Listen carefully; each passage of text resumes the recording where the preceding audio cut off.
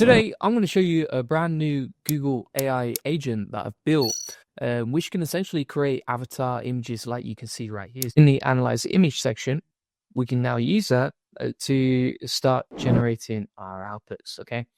Now, in the meantime, before we go into that, let me show you this as well. So here's the other way you can use it. So if we execute this step, we can also describe like what we want to do using another image. So let's analyze the image now. Basically, that's going to analyze the image and just basically tell us like what's in this image, analyze a given image, determine if it primarily runs, etc. And then from here, we've got the image prompt generator, right? So this is analyzing the image.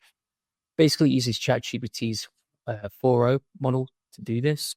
And then from here, we've got the image prompt generator, right? So inside that image prompt generator, it's going to say your task create an image guided by your system guidelines. And then it's going to take that image that we created earlier and just basically describe it. Now, if you're wondering, okay, what are the system instructions here? So for the system message, we've got the role AI prompt builder.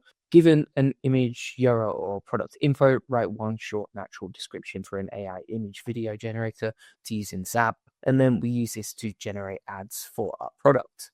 So from here, that's going to create an image prompt. So for example, it's created the prompt of young man with light skin, dark brown hair, wearing a bright t-shirt, blah, blah, blah. And that's going to send over here.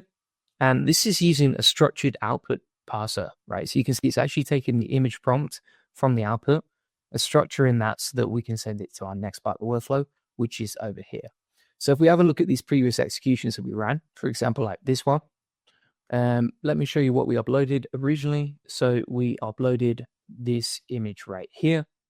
And for the form description, you can see the details over here.